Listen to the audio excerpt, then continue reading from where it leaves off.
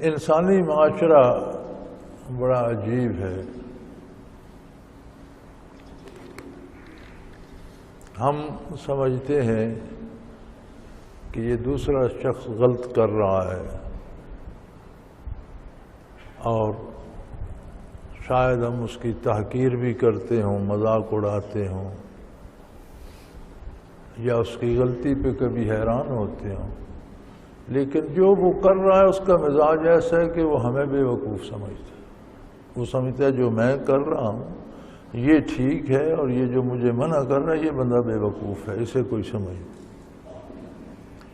دنیا میں آپ کو کوئی ایسا بندہ نہیں ملے گا جو اپنی بے وقوفی یا نادانی یا جہالت قبول کرے.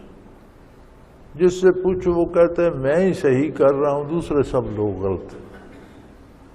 حتیٰ کہ یہ وتیرہ انبیاء اور رسل کے ساتھ بھی رکھا گیا.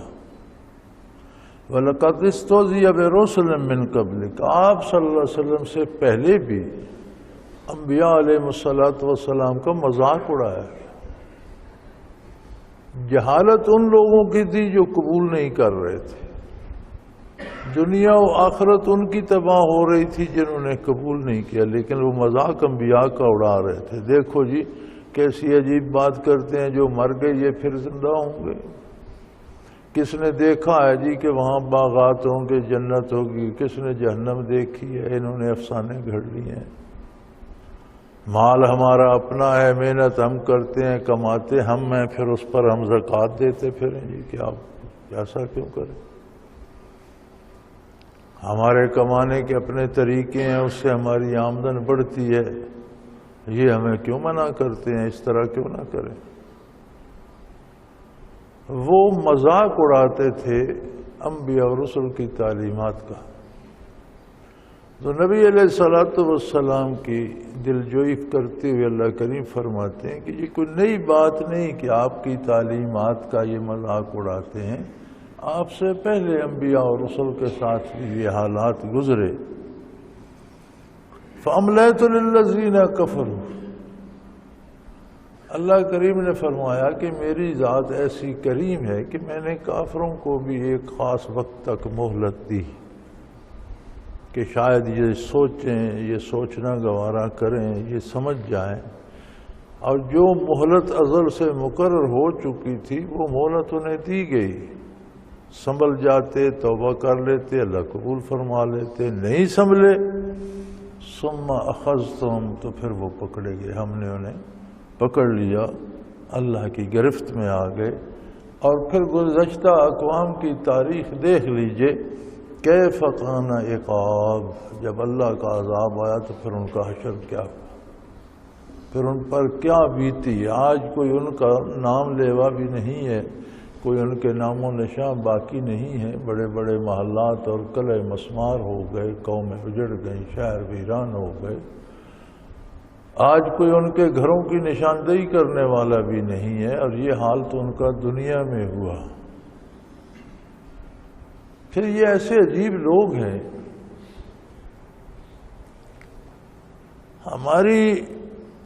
ہماری بھی ایک عجیب عادت ہے اس عہد کے لوگوں کی. ہم اپنے عہد کی بات کر سکتے ہیں کہ جہاں اس طرح کی بات آتی ہے اسے کفار پر تھوپ دیتے ہیں. یہ تو کافروں کے لیے ہے.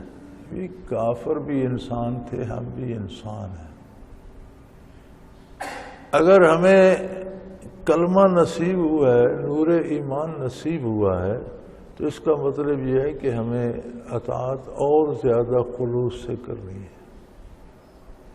اور اگر کلمہ پڑھ کے ہم اطاعت نہیں کریں گے تو جو کافر مذاق اڑاتے تھے اس سے بڑا مذاق ہوگا. یہ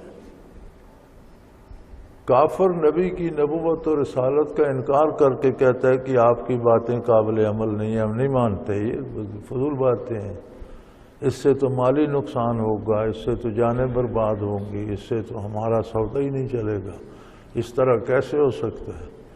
لیکن جو کلمہ پڑھ کے لین دین میں، مال و دولت میں، کاروبار میں، اعمال میں سجدہ بھی نہیں کرتا، نماز بھی نہیں پڑھتا، حرام کھانے سے بھی نہیں چوکتا، جھوٹ بولنے سے بھی نہیں چوکتا، سود کھانے سے بھی باز نہیں آتا۔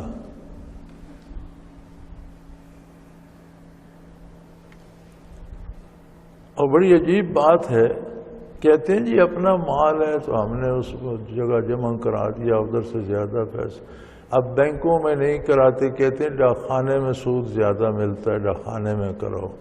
پھر کوئی میرا خیال ہے کوئی چکوال ایک بینک ہے وہ ڈاکخانے سے بھی زیادہ دیتا ہے، تو یہاں کے لوگ چکوال جا کر جمع، وہاں سود زیادہ ملتا ہے، اگلے دن پیسے لینے گئے، وہ بینک سے لے کے نکلے، گلی پہ کسی نے چھین لیے، اور جی ہمارے ساتھ ظلم ہو گیا۔ میں تم ظلم ہی کر رہے تھے، ظلم ہو گیا تو کیا فرق پڑا، حرام تھا لا رہے تھے، ان کے لیے بھی حرام ہے، انہوں نے 2 گنا حرام کر لیا، پہلے ہی حرام تھا، پھر ڈاکے میں اور حرام ہو گیا۔